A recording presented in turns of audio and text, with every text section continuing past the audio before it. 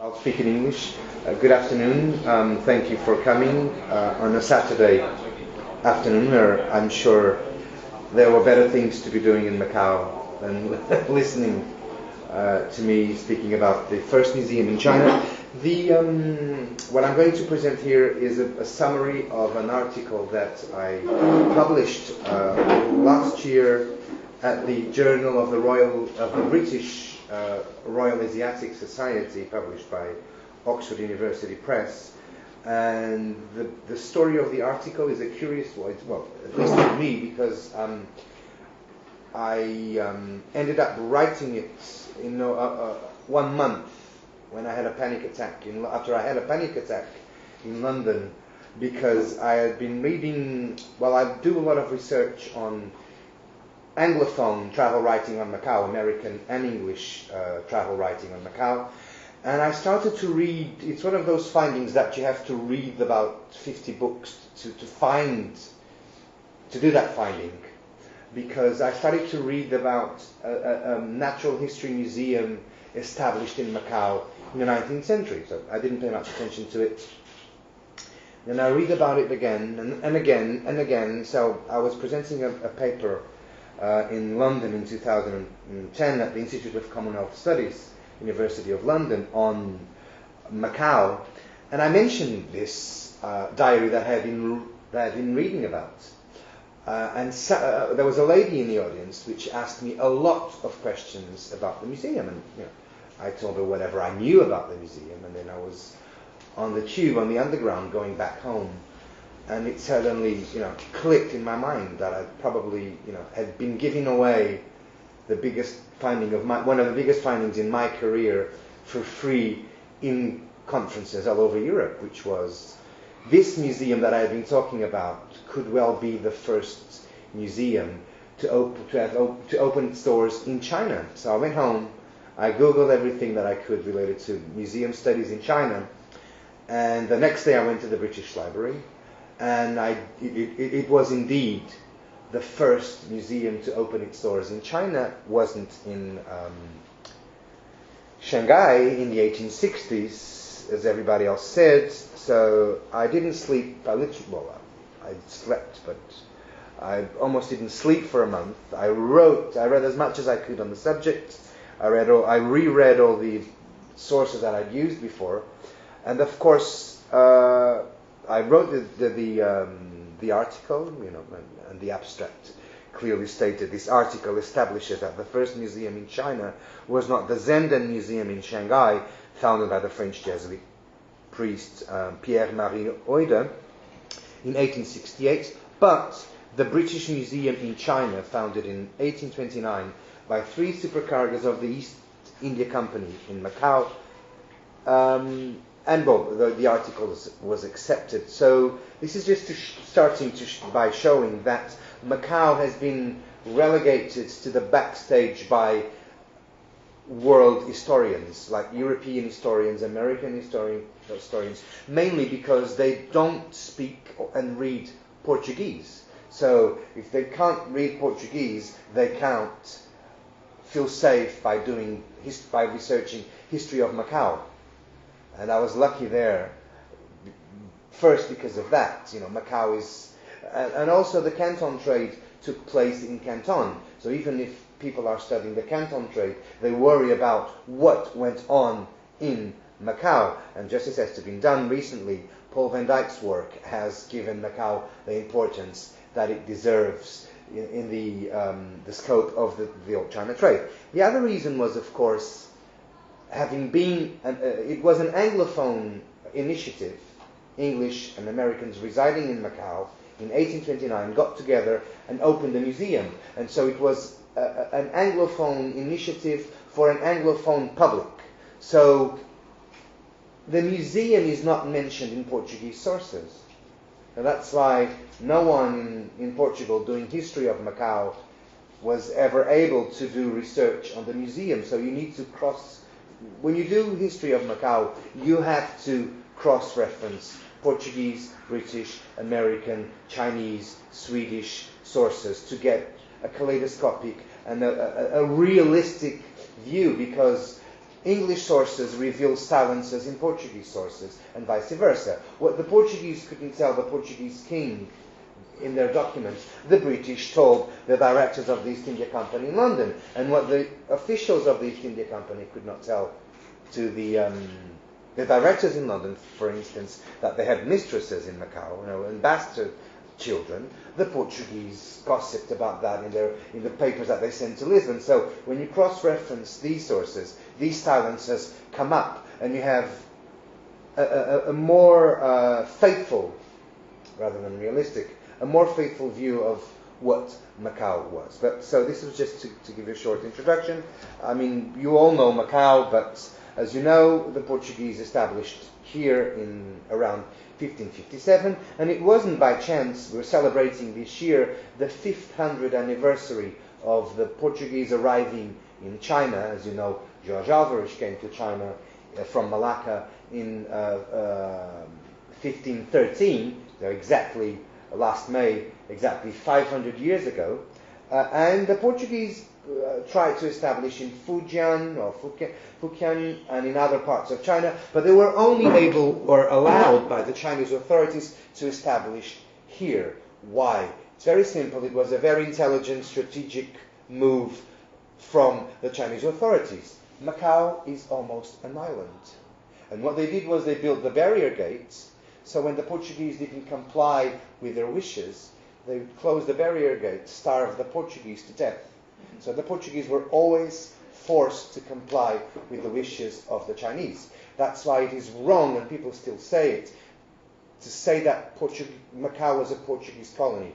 Macau was never, and mainly for this reason, the Portuguese never had complete sovereignty or control over Macau. Other criteria to define a colony. There was never linguistic or cultural imposition in Macau by the Portuguese, and there was never mass immigration from the metropolis or Portugal to Macau, and I think these are enough, but this is the main one. So, and they did the same, the Chinese, after the Opium War, to the British. What did they give them? An island. So the foreigners, or the Western Bavarians, would always be in China, but not really. So here, there was the barrier gates to stop the Portuguese being really or completely in China, and then in the 19th century they gave the British an island, just like Macau. So always keep the foreigners away from mainland China. This wasn't out of the blue. It was a strategic move from the Chinese authorities. So I don't need to explain what you're seeing. You all know. I don't know what's happening here. You all know Macau. So the barrier gate here again. So Macau was always a kind of an island, and it was wrongly mentioned as an island by many travel writers who visited Macau. And so these ones are famous chineries. I'll then move to another PowerPoint where there are paintings by Chinri that you probably haven't, some of which you probably have never seen before, because I collected them from the Peabody Essex Museum in Salem in the United States, and most of them had never been photographed, so I did some research. So you see the Praia Grande Namuan and the 14 of San Pedro, a Western gentleman speaking to Chinese gentlemen, Church of St. Dominic's or San Domingo, the Camões cave. Who was never in Macau, it has already been established. I'm sorry to say. I know it's a big debate here in Macau, and it's actually irrelevant if he was or wasn't in Macau. He will always be linked to Macau, so you can't, although he was never here, you will never be able to take Camões away from Macau, so it is actually irrelevant on a symbolical level. So, anyway, as you know, the British Museum and the Louvre were founded at the end of the 18th century to educate and entertain the public.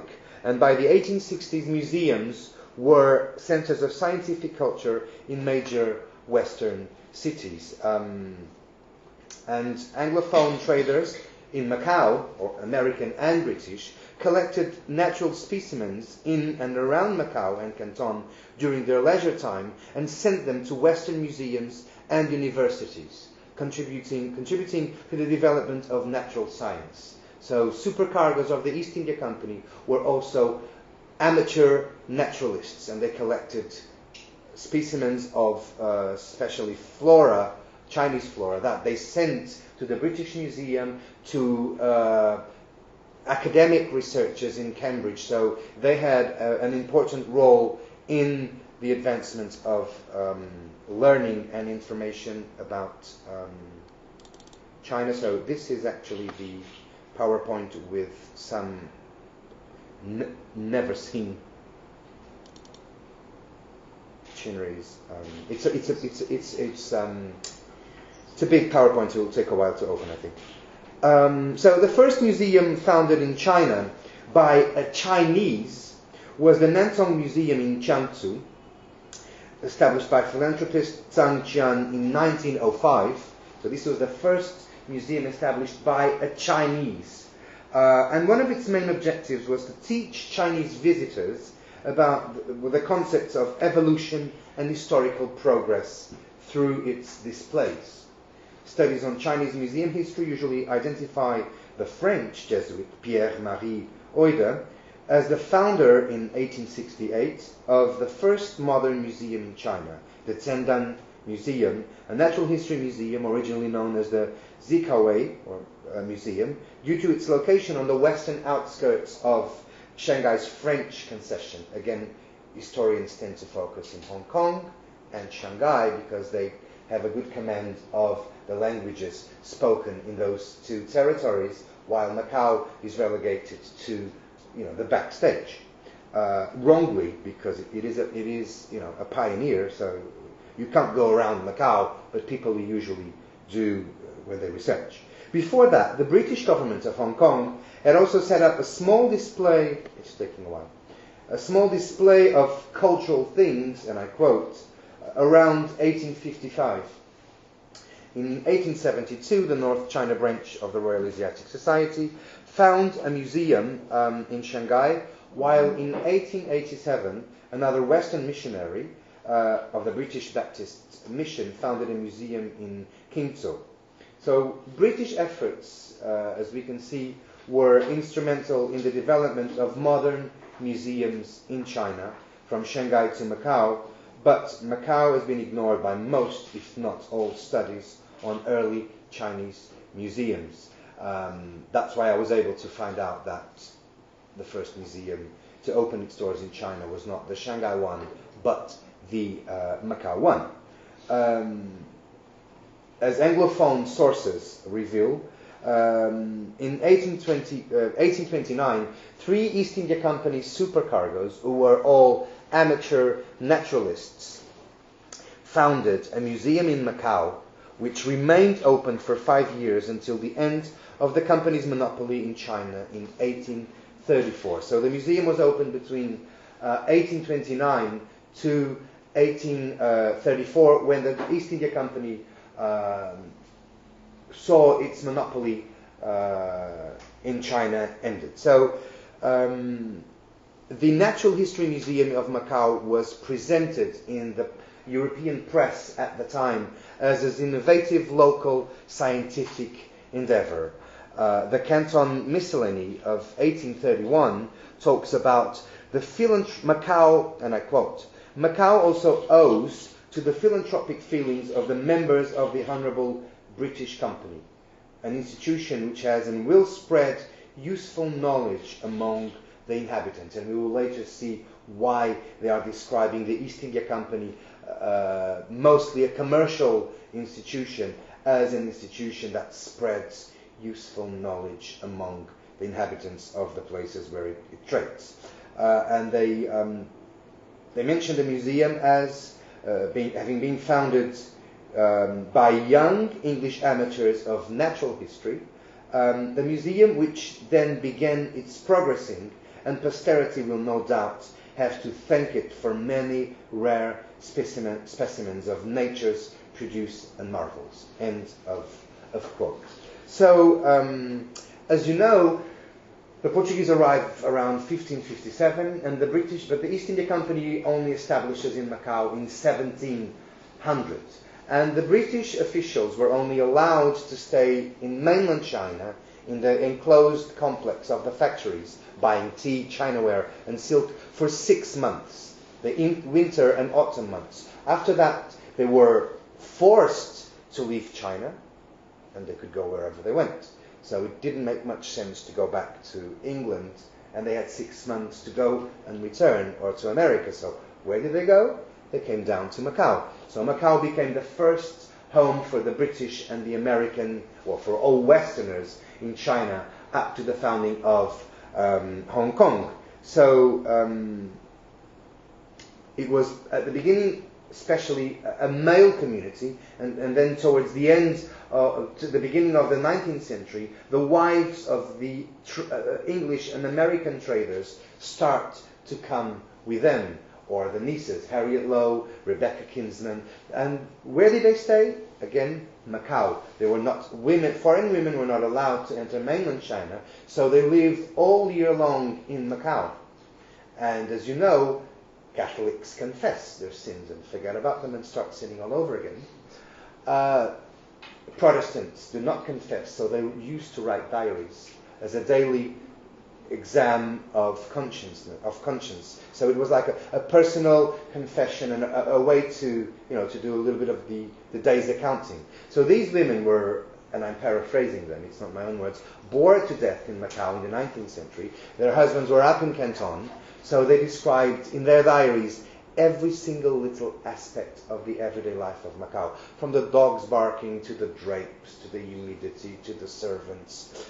And I've been doing some research on published and unpublished on these diaries, and it was in these diaries that I first found mention to the British Museum in China, or Macau, as it would have been in 1829. There was no other Western entrepot in China, so to say Western Gateway in China, or any Western initiative in China up to the founding of Hong Kong immediately means Macau. So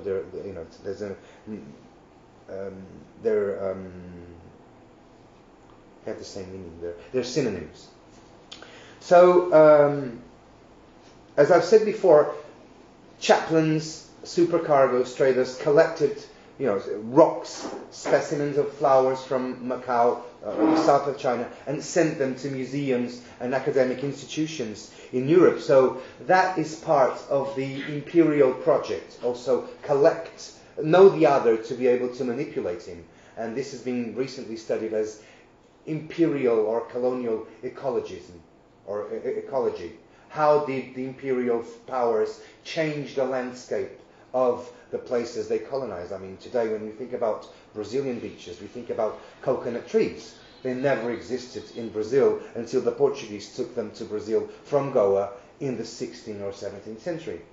So colonizing countries also meant changing the landscape. It's like the pagoda tree here, I think, was brought from India by the Portuguese. So the landscape of the colonized areas was enriched or impoverished in other cases by the colonizing power. But anyway, so just as the collecting of natural specimens in China was a part of the British imperial project, so was this museum, as we will see. And Macau served as a rotating platform for all these foreigners to get acquainted with China before they entered China, and also for mainland Chinese to get to know the West before they went west. Even today, Macau is still exotic both for Westerners and mainland Chinese who've never been to the Western world, because it's exotic for Westerners because of its Chinese dimension, and it's exotic for Chinese because of its Portuguese dimension. And so the supercargos lived in Macau. I mean, I was going to show you the other chinneries, but I think this is blocked anyway. So, what was I talking about? Okay.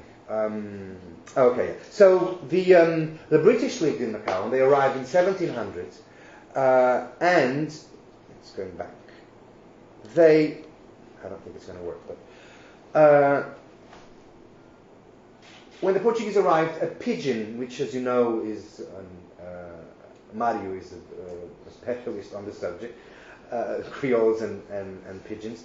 As you know, a pigeon it's a trade language, a very basic language. And there was the Portuguese were already in Macau communicating with the Chinese. And when the British arrive, they communicate for a while with the same servants and trade partners as the Portuguese have been dealing with. So a Portuguese would arrive home and ask his Chinese servants, "Where is the lady of the house?" And the Chinese servant would say, "Eu não sabe." Eu não sabe.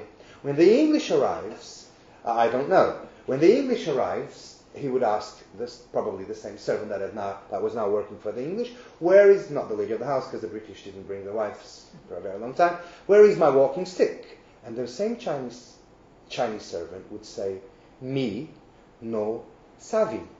That's where the word savvy comes from. It entered the English language here in Macau in the 18th and 19th centuries, and it's now used by everybody in the world as an English word. Savvy, from the Portuguese saber, me no savvy. So a savvy shopper, if you're a good shopper, you say, "I'm a savvy shopper," or if you know a lot about computers, "I'm an IT savvy," S-A-V-V-Y, if I'm right. So it's a Portuguese word that's now considered an English word. Just like the expressions from the pidgin, "long time no see" and "no can do."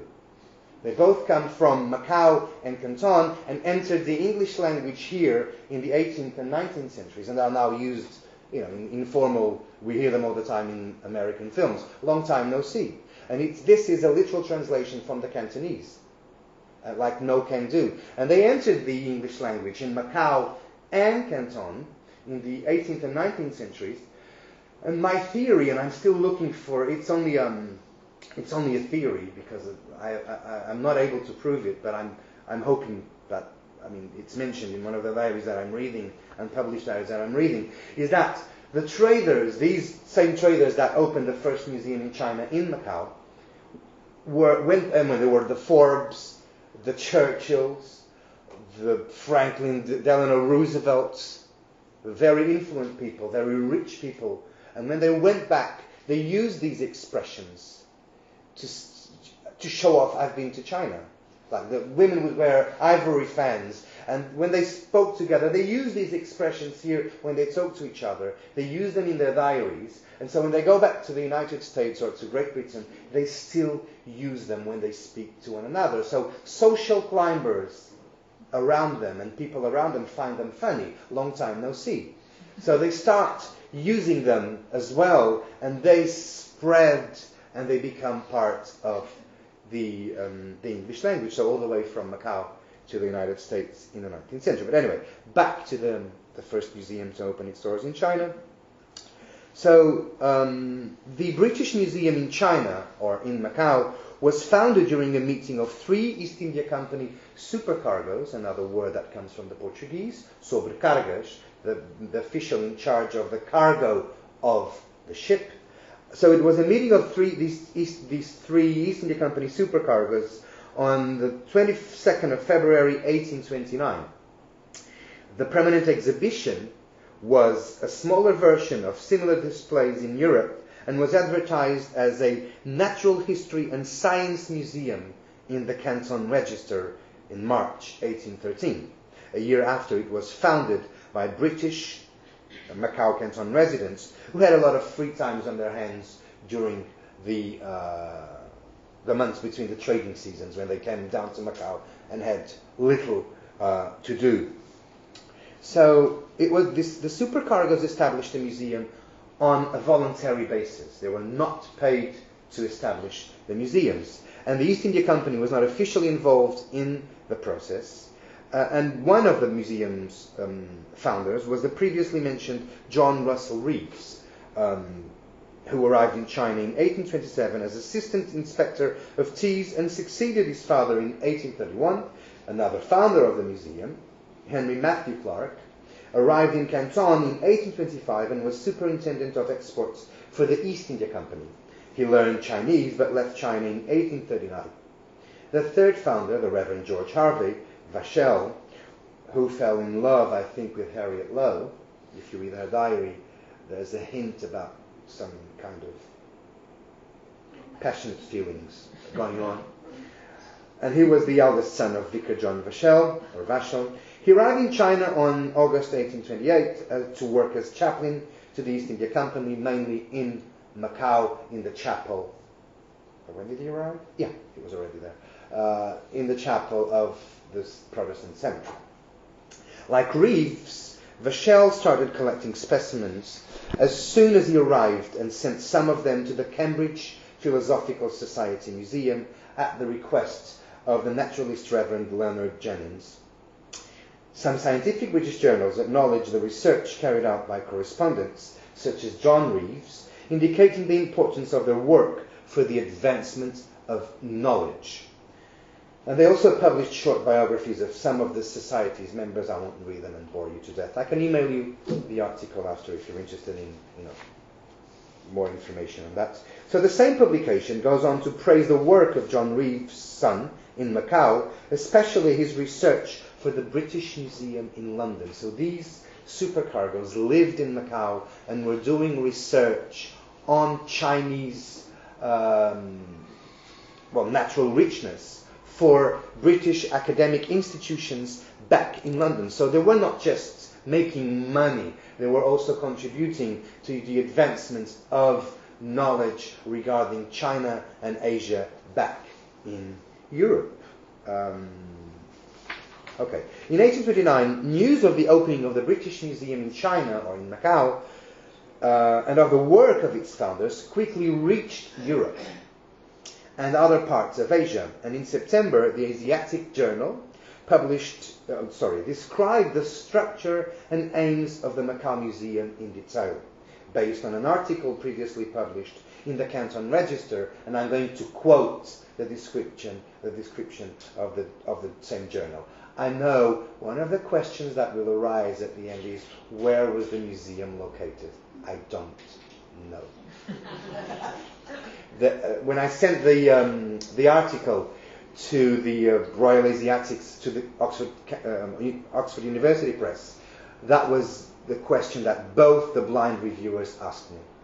You should mention where the museum was located in Macau. And I answered, well, if you can find historical sources that indicate that, I'll be happy to. But up to this point, I haven't found them. I have a clue where I could find it, and I have to pursue it the next time that I go to London, so I'll keep it a secret. But up to this point, I don't know where the museum was located. I'm guessing somewhere near the Praia Grande, Namuan, because that's where most of their offices. And they rented a normal house to do it. And there was a guard there, and everything had captions. So, but I've never read that. For instance, Harriet Lowe just says, I went to the Natural History Museum. She doesn't say where, on what street, in what part of Macau. So up to this point, I haven't found any historical source that allows us to locate where the museum was. So, but I'm quoting the Canton Register, and it said, it appears from the Canton Register that a society has been formed for the purpose of establishing at Macau a cabinet of natural history and curiosities in art, consisting of beasts, birds, fishes, reptiles, insects, either stuffed or prepared in spirits, paintings of them, and skeletons for the comparative anatomists, anecdotes of the names and habitations of each to be entered by the secretary in a book kept purposely in the museum. I would very much like to find this catalogue. The short description enumerates the contents of the different thematic displays in the founders' pedagogic efforts to inform visitors. We have vegetables, stones, Chinese art, and ethnographic objects, musical instruments, as well as models of tombs, machines, and the captions explaining each piece's application, so that those ethnographic documents and artifacts were more than just strange and exotic objects on display. Many of the objects had been collected in China and were displayed and explained to the public in Macau by the East India Company supercargoes and other traders who lived in the city, the British community. That's why the museum is not mentioned in Portuguese sources. It was as I've said before, a British or an American initiative for the Anglophone community. And we have to remember that even when they went to Canton, they only stayed in the factories complex. So they did not enter mainland China. So all these artifacts would be curiosities for them. In Shanghai, That was after the opening of Shanghai and the foreign ports. But they sometimes entered it, but it wasn't. It was after the opening, after the Nanjing Treaty in 1842, after the Opium War. They had more freedom to travel around China. But after the Opium War, foreign women could not enter Macau, and they did venture outside. Sometimes they got a beating from Chinese because they'd entered mainland China, but they could not enter. I mean, of course they did, and, in the neighborhoods, and they went fishing and hunting, but they had to stay in the factories, just like they had to stay in Macau, closed for mainland China. So that's why Macau was always very useful for the Chinese authorities as well as for the Portuguese. The Chinese authorities realized that they had closed all the foreigners in Macau, a walled peninsula, and they could have the profits from the China trade, and now the foreigners can sort their own problems among themselves. So Macau was also a very important strategic point, space of control, where the Chinese authorities enclosed the foreigners without having to deal with them.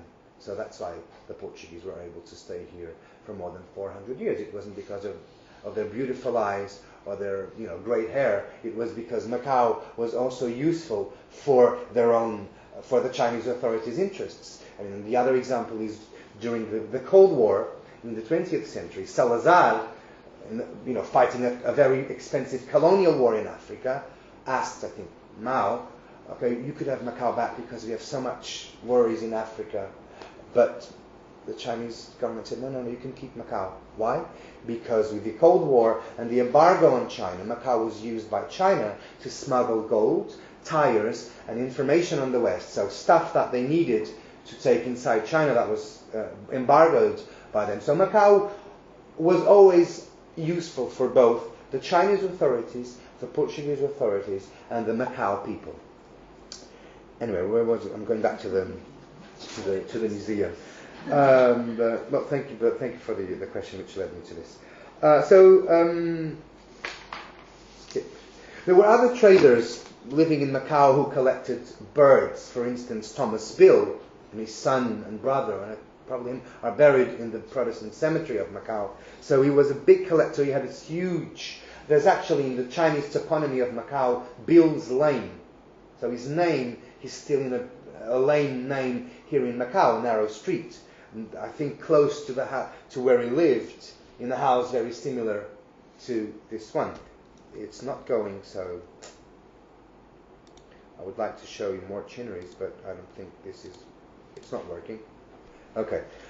Anyway, so even private traders lived in Macau and collected birds from all over Asia. So Macau was a place where people had their own aviaries and showed off their wealth through the birds that their commercial agents gathered all over Asia and brought them here in Macau where they could display them. And Thomas Bill he had trade and smuggling relations to Ouvidor Arriaga in the 19th century.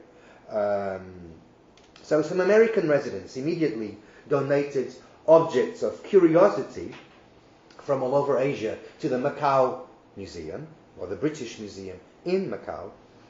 I prefer that to the British Museum in China because it was actually in Macau and not in China.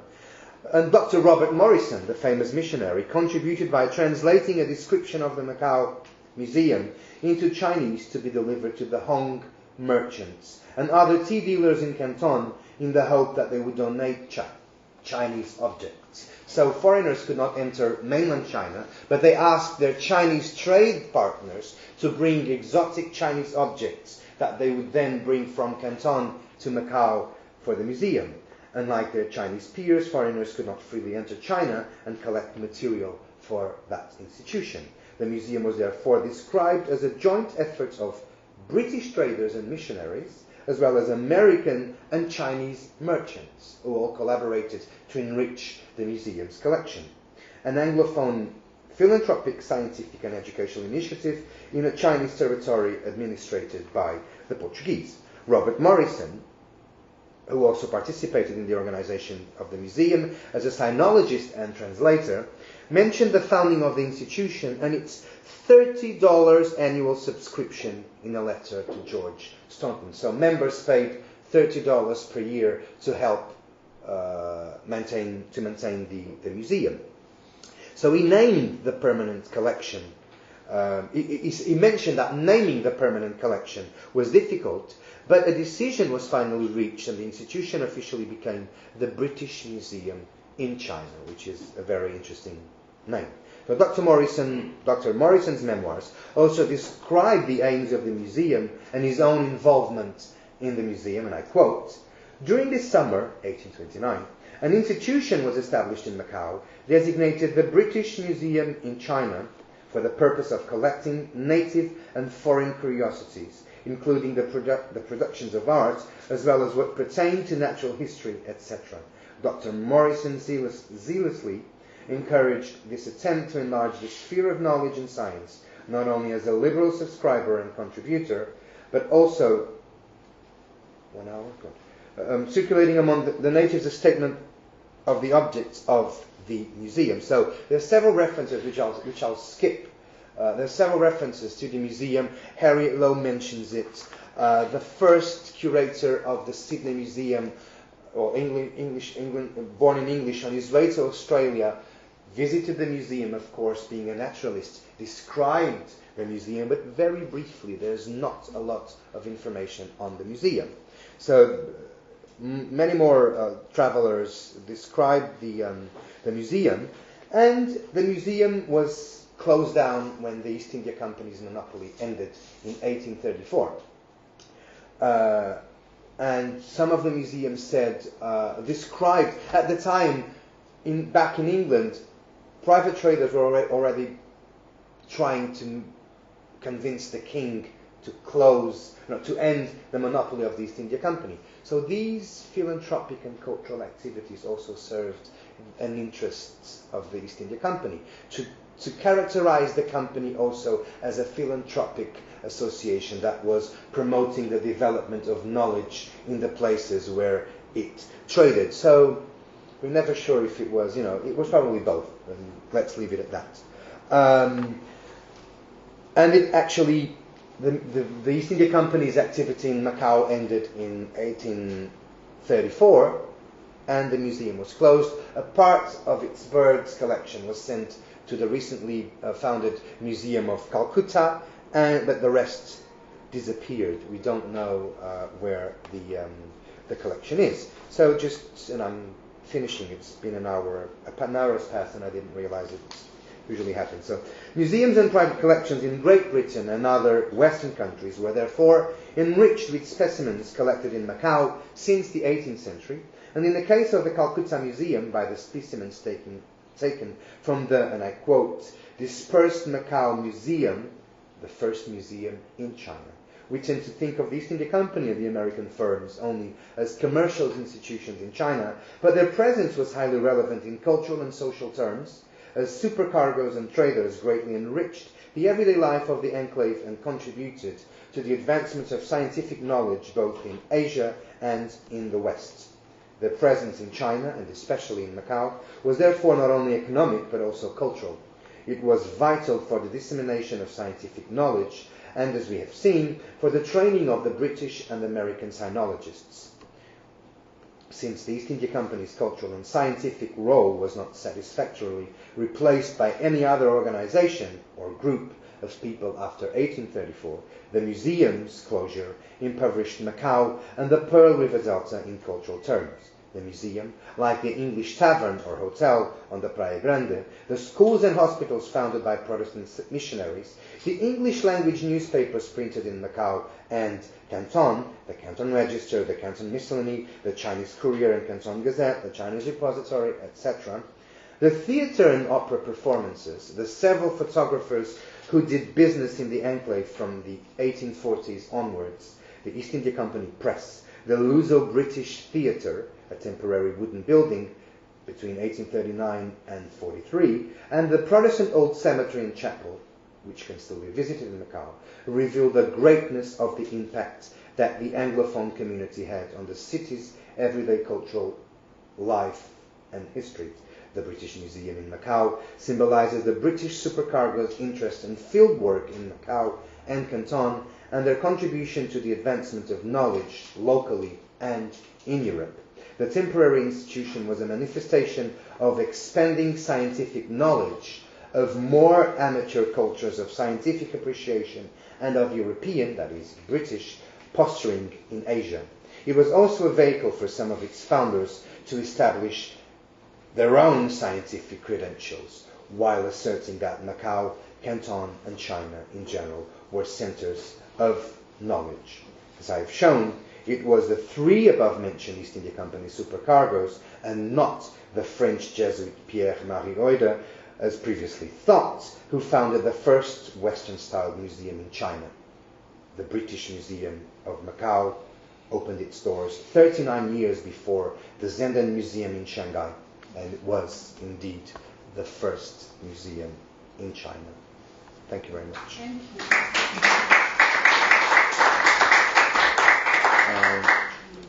Okay, I'll try to go one by one, but it will probably take a while. So, questions, I'll keep passing. These are all at the Peabody Essex Museum in Salem. Most of them had never been, as I've said, when some people arrived later on, most of them had never been photographed. So they are works of art that these traders, the Forbes, the Elenas, would take back to their wives and tell them, this is where I lived. There was no photography. This is where I lived in Macau, or to tell their children. So they were used as memorabilia and as a photographic record of where they lived in Macau. Nesting table, and there's, this was the Wetmore family. It's a stewing table, ivory, velvet, and lacquer. So this is the inner arbor. It's it's more unusual than the outer arbor. So it's a painting of the outer arbor. We have the Camões Garden here, and the Ama Temple here. Sorry, here. And the Western ships docked between the inner arbor. So this is painting by a Chinese author, by a Chinese painter. Whenever there's a naive kind of representation, so they had studios up in Canton, mass production already. Ford didn't invent it. We might have done it with cars, but they were done in Canton. There were studios, and there were several Chinese artists copying these same paintings to sell to foreigners in the factories, so that they would take them back to their wives and relatives in China. And of course, these were considered probably lesser works of art or fakes, and of course the Chinese artists charged less than Chinnery, so there were competition for Chinnery. These are the sketches done by George Chinnery. You see the Tanka women, and he used stenography. His grandfather, as you know, was a stenographer. He created a writing system of his own, and Chinnery used that. He would leave his house opposite church of St. Lawrence Church. He would leave his house with a stool and go around Macau all day long. And he would make notes, as you will see. Paper was very scarce at the time, so he made very good use of paper. And he would make notes like red. This cross meant it's perfect. It's ready to be. Reproduce it like this back in the studio, because he wouldn't remember what colors were there. And it was a very stenography. There was a specialist an expert on his writing in Hong Kong, but he unfortunately passed. Jeffrey Bonds. Yes, he unfortunately passed away recently. A great loss to all of us. So this means perfect. I can copy this back. So these are sketches. He was a very thorough artist. He practiced a lot until he produced a watercolor in his studio. So this was supposed to be questions and answers already, and I haven't shut up. So we can. Okay, if you have questions or answers.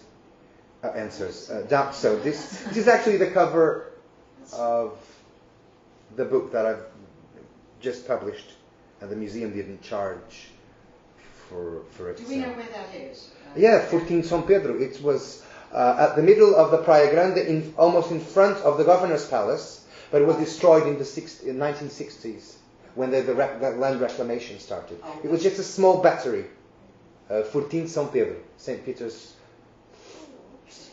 battery. It's small. It's not a battery. It's small fort. So Praia Grande, governor's palace, the East India Company. The East India Company office, I think. So where are we? There. This one's beautiful. The Portuguese 19th century flag, the monarchic flag. There's raias. How do you call these in English? The fish, the flat fish. Stingrays. I mean, this is beautiful. So you have the Tanka women, somebody important arriving in the boat, and the fishermen unloading their fish, probably ready to be sold in the Praia Grande. You have the panha there, and it's all the fish being laid down, probably waiting for service. Chinnery, yes, George Chinnery. So we would use the sketches that you saw before to then produce this back in the studio. Okay, gamblers, street sellers, street vendors in the Praia Grande. Okay, the Praia Grande gouache. This is by a Chinese painter, in the naive. Praia Grande from the San Francisco fort, where the military club is now. So this would be the Praia Grande from the other way around. This house, and we can actually, when we look at these paintings, we can actually see how Macau developed. It's amazing. Like this house kept changing, and they had pillars. It was called the 40 Pillars House. So you can actually see how Macau developed and changed. Some of them are amazing. So you see, we have gas lamps already here in Macau. It was not electricity, so people are probably collecting clams, a steamer, the sea with these two that would later fall down. This is the old sea. Okay, these were done to, hundreds and hundreds. There's hundreds of them all over the world. They were copied in Canton non-stop to be sold to foreigners, and there's different variations of it. The Tanka women with their babies on their back, foreigners walking by. See the house already with pillars rather than windows? Then we have another variation of the same thing, and yet another variation of the same thing. And, this is the same as the one before. So the Holy See, the steamer, Chinese probably picking up seafood, a Westerner traveling, San Francisco's fort, the sea, the wall coming down from Panya, the city wall. You have a little bit of the city wall here as well, and there. Again and again, the Panya. So the fishermen going back home all the way up to the Panya. This is amazing. This is from the Santiago, the inn Santiago. It's impossible. There's no hill there. The artist imagined how you would look at Macau if you had a hill where the Santiago de Barra is, because it's impossible to have a view. This is Panya. Right. So it would be impossible. There's no hill. Well, we could have this view now from the Macau Tower. But there's no hill now. So the artist actually imagined how Macau would have looked if there was a hill. So you see the outer harbor, the inner harbor, the St. Paul's ruins, the western ships, Ilha da Lapa, Verde. Sorry, Ilha Verde. Ilha Verde. Before the land plane, way before. Same view. So, this is where the Hotel Bella Vista is. So this is Panya, and the Chinese village right next to Panya. So this is the Praia Grande. So this is the 14 that you were asking about before was this 14 something there, right there. Then they would have a set of 4 scenes: Canton, Whampoa, or probably Whampoa, Dutch Folly, Canton, and Macau. So the factories where they didn't leave this compound of factories. They would, the big ships would stay here in Whampoa, where you see them, and they would go up to Canton in smaller ships, enter here, and spend 6 months there. Okay, the English and French. This is a very Chinese. You can stylized. I mean, you can see the Chinese, visual rhetoric there. The pointy hills. It's a very. This is was the police, the crab boat, a police boat. It's the inner harbor.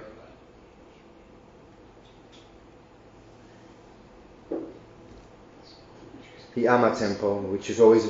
This was done by a young Forbes who lived in Macau and Hong Kong, and I'm guessing either a pawn tower, or the Holy House of Mercy Tower, which used to look a lot like that. And there's Western architecture and Chinese art. It's a very young drawer. It's not. It has historical value rather than. So Chinneries.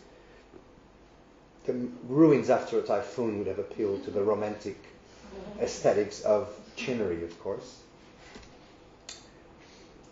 What's happening? I don't know. So, ruins. He loved fires in a distance, smoke in a distance, and thick velvety drapes.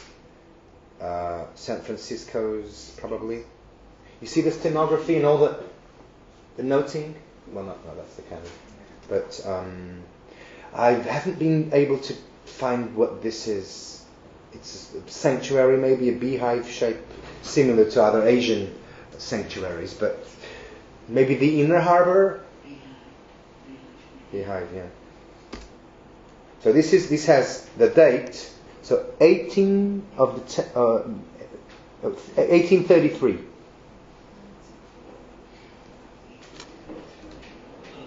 And there's Ljungstedt, buried here in the Protestant cemetery, author of the first history of Macau written in English language. And this is, 80 of these paintings are at Yale University. And Dr. Parker was a Protestant missionary here in Macau, and he used medicine to convince Chinese with a practical aspect to convert to Protestantism. And as there was no photography, he was going back to the United States. He had a Chinese painter paint some of his patients to take them back. There was no photography, and to fundraise. Show them back in the United States. This is what I'm doing in China.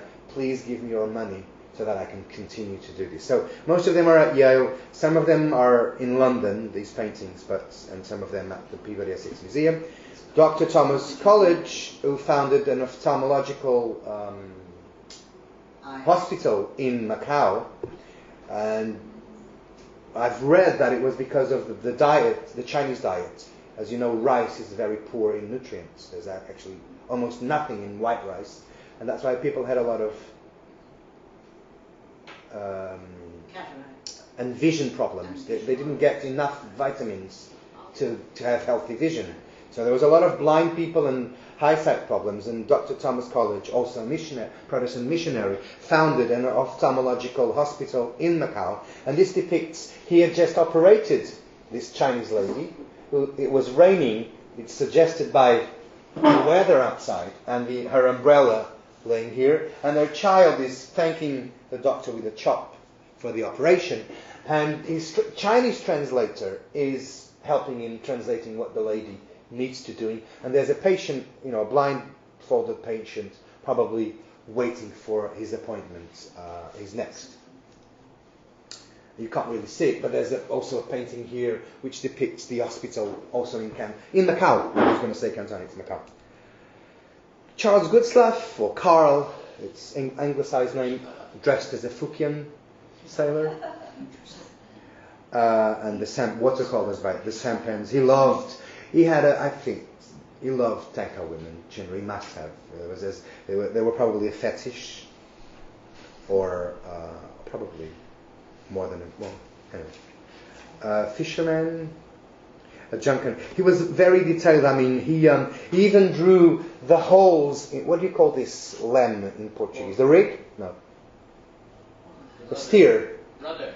The rudder. So as you know, the junks rudders had holes to make the boat more movable in the Pearl River, and he goes to the detail of drawing the holes in them and the eyes in Chinese boats. And I remember Harriet Lowe in her diary says that she asked her servant in Chinese Pidgin English, why do Chinese boats have eyes? And the servant answers in Chinese Pidgin English, no eyes, no can see.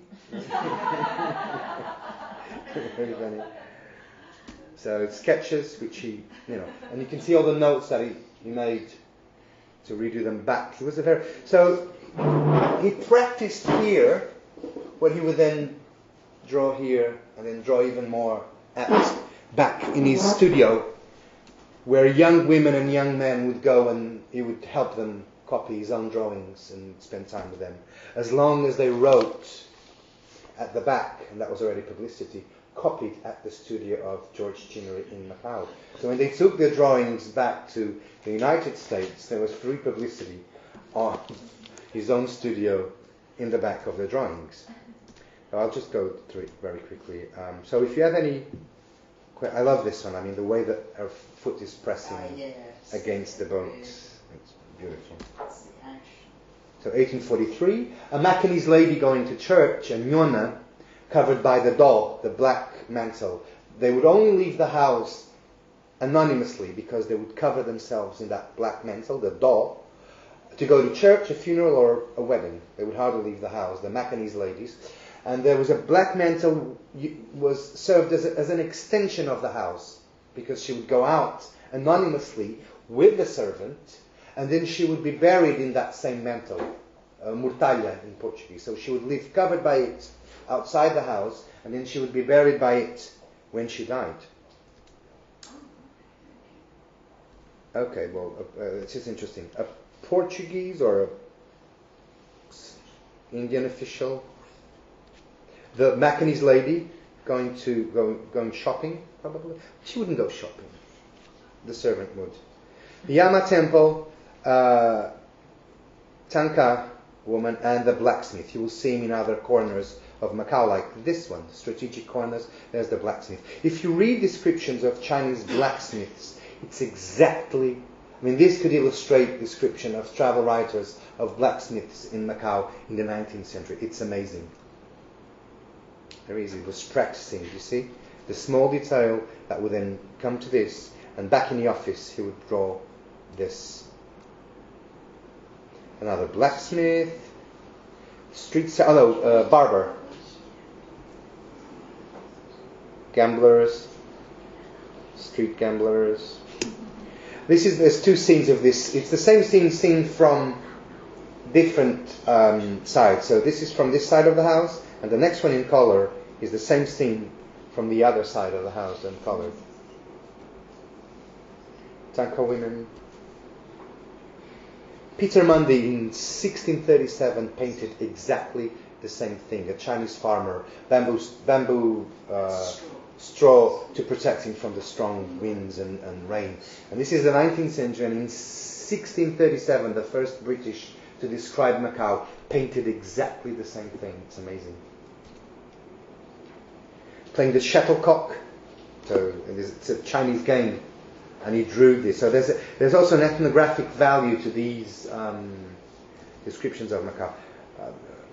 Chinese pigs, which were a delicacy at the time, they were sweeter than Western pigs.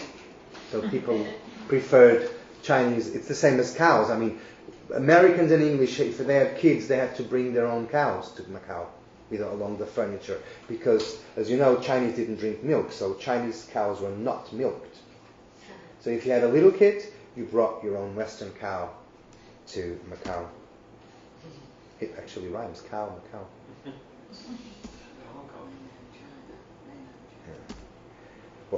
Street can we prefer maritime Seen San Francisco's fort, St. Lawrence's church. He lives opposite the church, so that's why the church is a recurrent theme in his art. The St. Macanese lady going to St. Dominic's church, São Domingos. She's going to church. São Domingos. Hama Temple, Hama Temple, Hama Temple. That's, whenever you see that, that was the hopo, the Chinese costumes in Macau, where the Western ships would be measured and pay the fees to the Chinese costumes. St. Joseph's Seminary. This is the can't remember. Nambu? No. Can't remember. It's in the Arbor. St. Joseph's Seminary.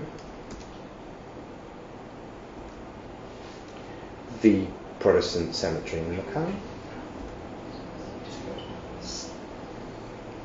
San Francisco, St. Pedro's Fort. And it's when photographers arrive, they photograph exactly the same thing that Chinnery painted. They go to the exact same places and take photographs of the same views. Okay, that's it. Questions? Going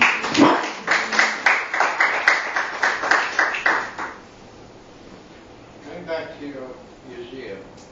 Yes. Why was it that nobody commissioned people out here to collect stuff to send back?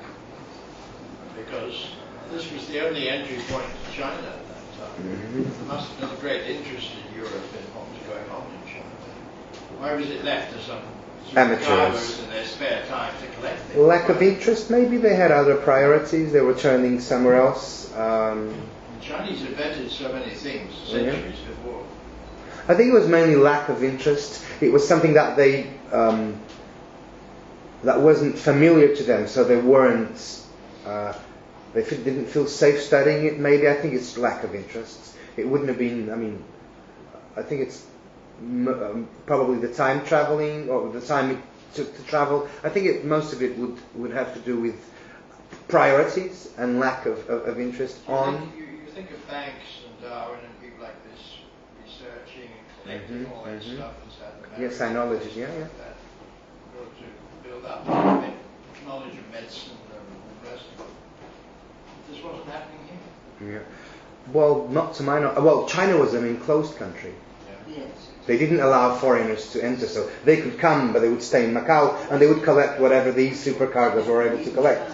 So they could not explore inside China as they could in America. So there was, and they knew that. So why send somebody to Macau when the supercargos can collect whatever they have there and send it back? So I think it was because China was an enclosed country and they didn't have permission to enter China. Even in Canton, the enclosed factories complex. So I think it has to do with the political, environment.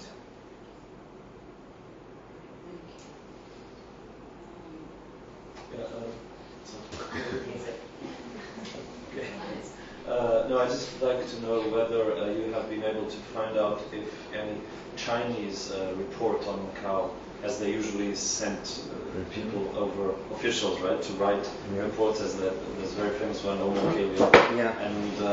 even an earlier one now, which is actually being studied by two linguists in Hong Kong University called the Patois, because it's written in Chinese characters. Do you know if there's any Chinese text on the museum? Not to my knowledge, no. Because there's a work by a Chinese scholar on British Victorian naturalists and China, and I read it from the beginning to end, praying that he didn't mention the Macau Museum when I was writing my. And he did, but he said he read the wrong sources, and he only says it was no more than a project. He must have read the minutes of the meeting that established the museum and didn't research further. So he mentions the museum. That's why I don't quote him, because there's no point in saying, "Oh, I found it and he didn't." There's no point in that. You don't have to do that to contribute. But anyway, so and I'm pretty sure that he would have mentioned it. But to my knowledge, that wouldn't be something that would interest the Chinese observer. He would come here as an official, looking for probably trade, military defenses. So his gaze wouldn't stop on the, and it was something that it was written in English. For even the Portuguese sources don't, as far as I was able to conclude, don't mention. That's why I was able to make this finding, because the Portuguese, it was made by the Anglophone community for the Anglophone community. So as far, I can't say for certain. I can't read Chinese, but I read the Chinese scholar's book on natural, and he didn't mention any reference on Chinese sources to this, and it's very likely that there isn't. If you think about it, but. So, sorry that I may as well that, but I'm curious that because I did some work about research about Morrison's publication in Macau, and so I remember he kind of mentioned there was also a library. Library. Yes. Among the British yes. at the time, and also it seems that library was somewhere that we don't know. I've actually had another article accepted on the library, so I'd rather, it will be published soon. It's actually the first English language library in China, and was for a very long time. Very exciting. If you give me your email, I can send you the article. I'd rather not speak about it, for obvious reasons, but I can send you the article once it's done.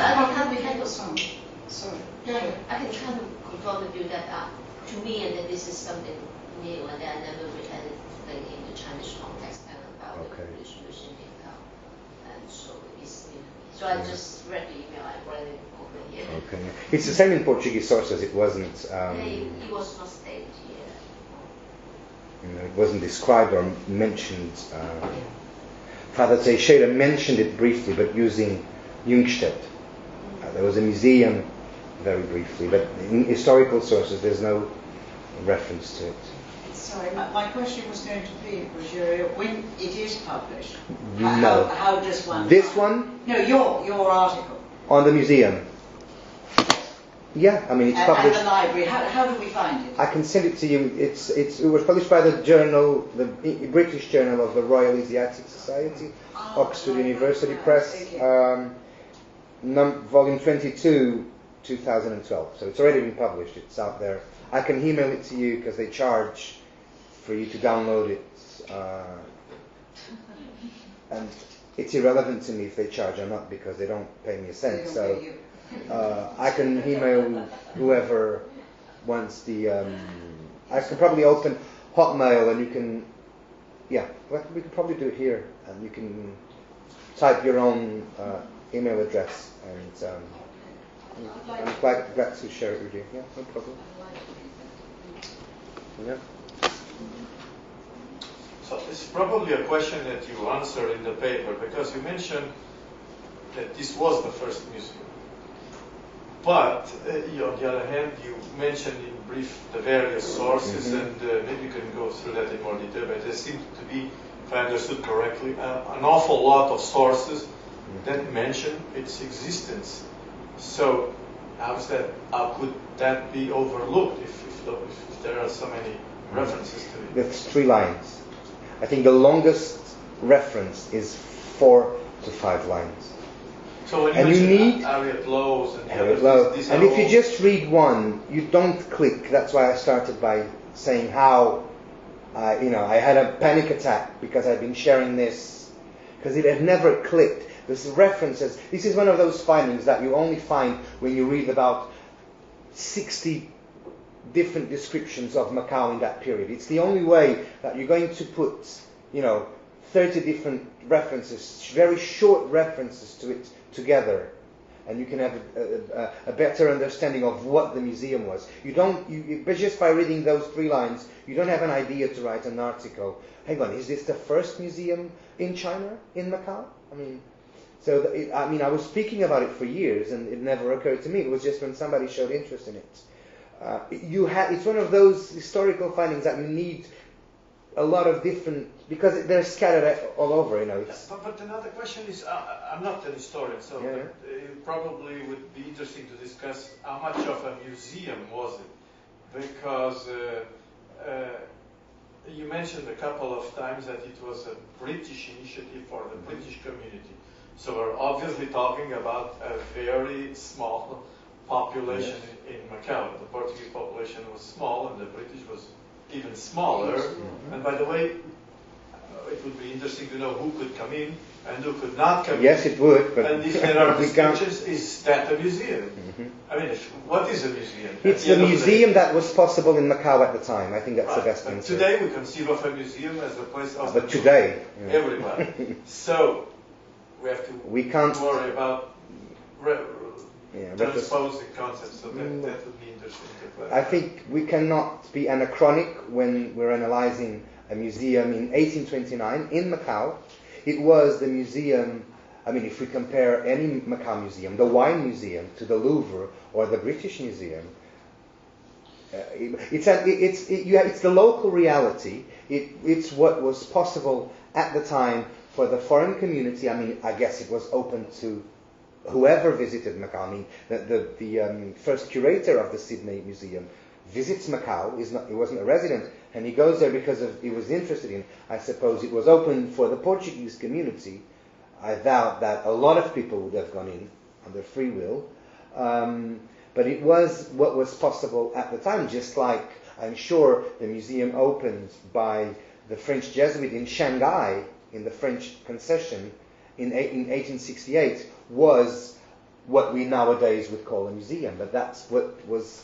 It's the first collection or cabinet of curiosities that at the time was called, and it was it was referred to as the British Museum in China by local publications and Western publications.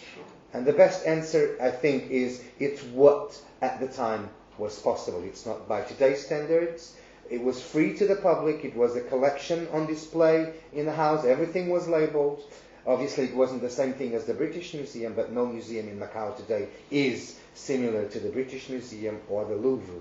You know, it's a local institution, and there were constraints, you know. But it is amazing if you think about it. Fragility is the fact that it was apparently a dependency of the British East India Company? No. Company, because it closed as soon as the trade. Because the monopoly, supercargoes left. The museum disappeared, and it was basically fed by the spoils, or probably not spoils, by objects coming from trade and other occasions. So it was extremely linked with that. Because the supercargoes were official. It wasn't an East India Company museum. The East India it was just that all of them worked for the East India Company, and of course they left. It's like any institution in Macau today. I mean, would collapse if all the Portuguese lawyers left today. Probably this foundation I can give you a better would analogy. finish.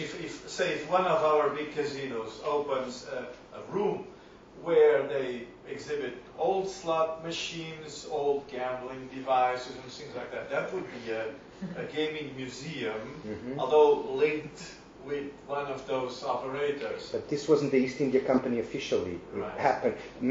Robert Morrison was a missionary. It was a group of Anglophone people that got together to establish a museum. It wasn't an official initiative by the East India Company. All the English here at the time worked. The East India Company had a monopoly. No other British could live here. So all of them had to be working for the East India Company. There was no other way.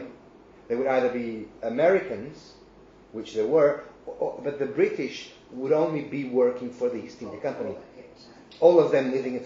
Although Thomas Beale, the British private traders found an interesting way to go around. So they couldn't come to Macau from Britain because the king forbade anyone to come to Macau or China. But the East India Company officials, what they did was, if I was a trader in London, I would become a diplomat for the consul of Prussia in Europe, bring that credential. And when I arrived here in Macau, and they all did that, and when I arrived here in Macau, I would arrive not a subject of the British king or queen. I would arrive here as a diplomat of Prussia. I could not be expelled by the East India Company. So there were those, Thomas Bill, who I mentioned, but they were all working for the East India Company. It's an historic, I mean, it's a constraint. So there had to be, I mean, that's not even, can't be a question, because they all were working for the East India Company, although it was a private initiative by volunteers, British and missionaries, and there was a lot of American donations and Chinese donations. So most of the donations were English, but also Americans, and the Americans had nothing to do with the East India Company, and the Chinese trade partners who also donated were traded with the East India Company and the American firms. So it was a mixed. The original idea was by supercargos of the East India Company, were amateur naturalists, but then the whole project came together as American efforts, Chinese efforts, and that was mentioned by the newspapers at the time, and it was visited by young ladies, 23 years old young American ladies like Rebecca Kinsman, several times. So, and there's no record of what was actually in there. No, a general record like birds, stuffed birds. But not an itemized. No, there was one, but and nothing in the British. Disappeared. No. Or no, it would probably be at the British Library now, because they moved all the East India Company records to the East. Not to my knowledge. Is your analysis that this was for the benefit and education of people living in Macau, or was it created in order to pass back to the UK? Possibly the latter. I think a little bit of all of those. It was a natural interest from the supercargos who were amateur naturalists. Right. It's also suited them as employees of the East India Company to characterize their institution as a philanthropic. So it suited everyone. Right. And it was also for the visitor a lot, and it's curious, most of the descriptions are from short-term tourists in Macau. The permanent residents did not. Sorry? They didn't have school parties going through the city. Yeah. The very few children. Lot of them died very small. Yes. So, I mean, it was for the benefit, I mean, and they even allowed temporary visitors, like on the way to Australia or circumnavigations or diplomatic, to enter the museum and visit the museum. And they described the museum and call it a museum, which at the time, it was what it was. I mean, we can't, evaluate it or analyze it with our fine mind and the museums of the 21st century. It was a Macau small museum. I mean, would the Camões Museum, when it started, be compared to European museums, could that be called a museum, or just a set of paintings in a collection? I mean, they all called it a museum, and they were happy with the designation, and it was for the benefit of whoever wanted to enter and visit it. I mean, I think it was, and also to show Chinese ethnographic artifacts, Chinese bird fauna, flora, the plants would die, but stuffed animals, stuffed fauna, and ethnographic artifacts from China, and they were all labeled. Every single object had a caption. Who had donated it? This Harriet Lowe, I jumped over it, but Harriet Lowe describes a visit to the museum, and she describes the captions.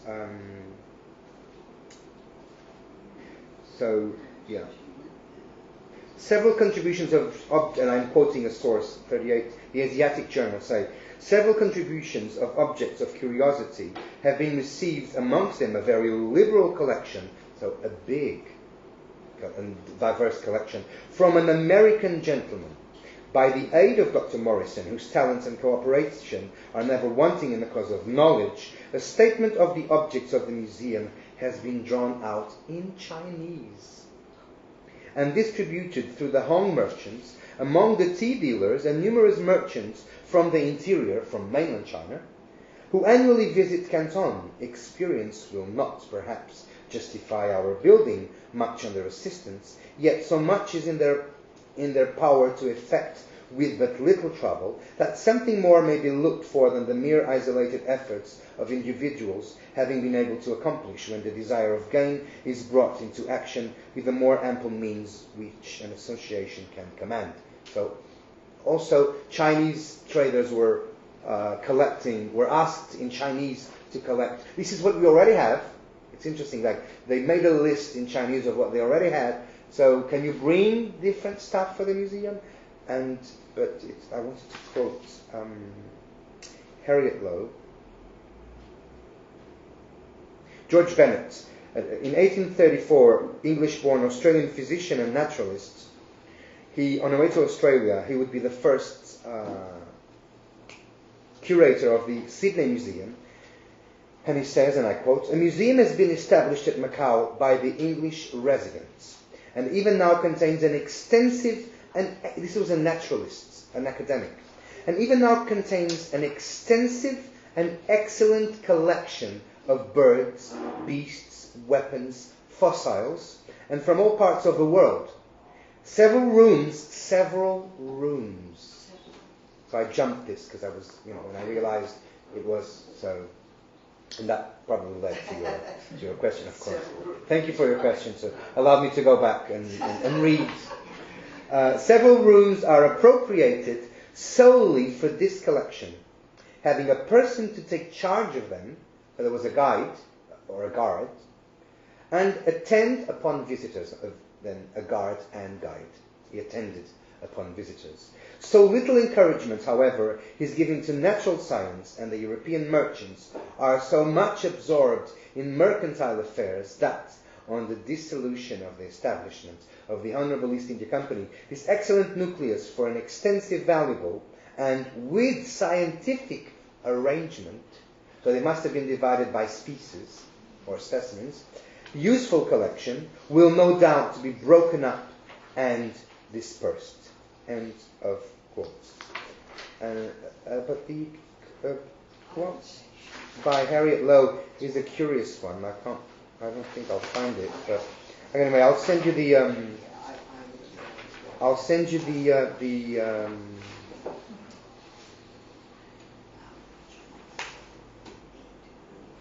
I've got even a longer description.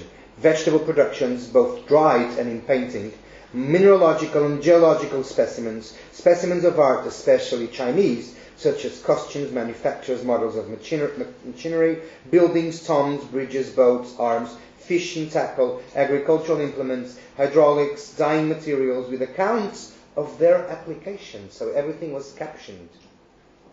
Smelting processes, models of furnace, carvings, josses, ornaments. Josses were statues of Chinese divinities. Joss comes from the Portuguese word Deus. It's a corrupted version of the word Deus, which sounded like Joss. So a temple was a Joss house. Bad luck, they would say bad Joss, because pigeons were polysemic. One word could have a lot of different meanings. Ornaments, musical instruments, inscriptions with translations, coins, books, and plates of natural history, having been submitted in the first instance to the gentlemen of the British factory and highly approved of by a great majority of their number, a meeting was held, blah, blah, blah, subscription, honorary corresponding members by ballot, and so on. I did jump most of the quotations to avoid boring you to death. This sounds quite large. Yeah. Thank you for. Yeah. Thank you. Quite Sounds like extensive. natural history, culture, transportation.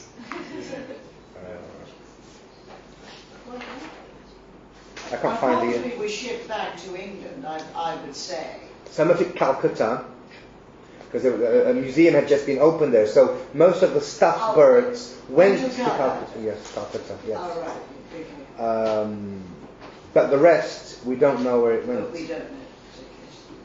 Destroyed? I don't know.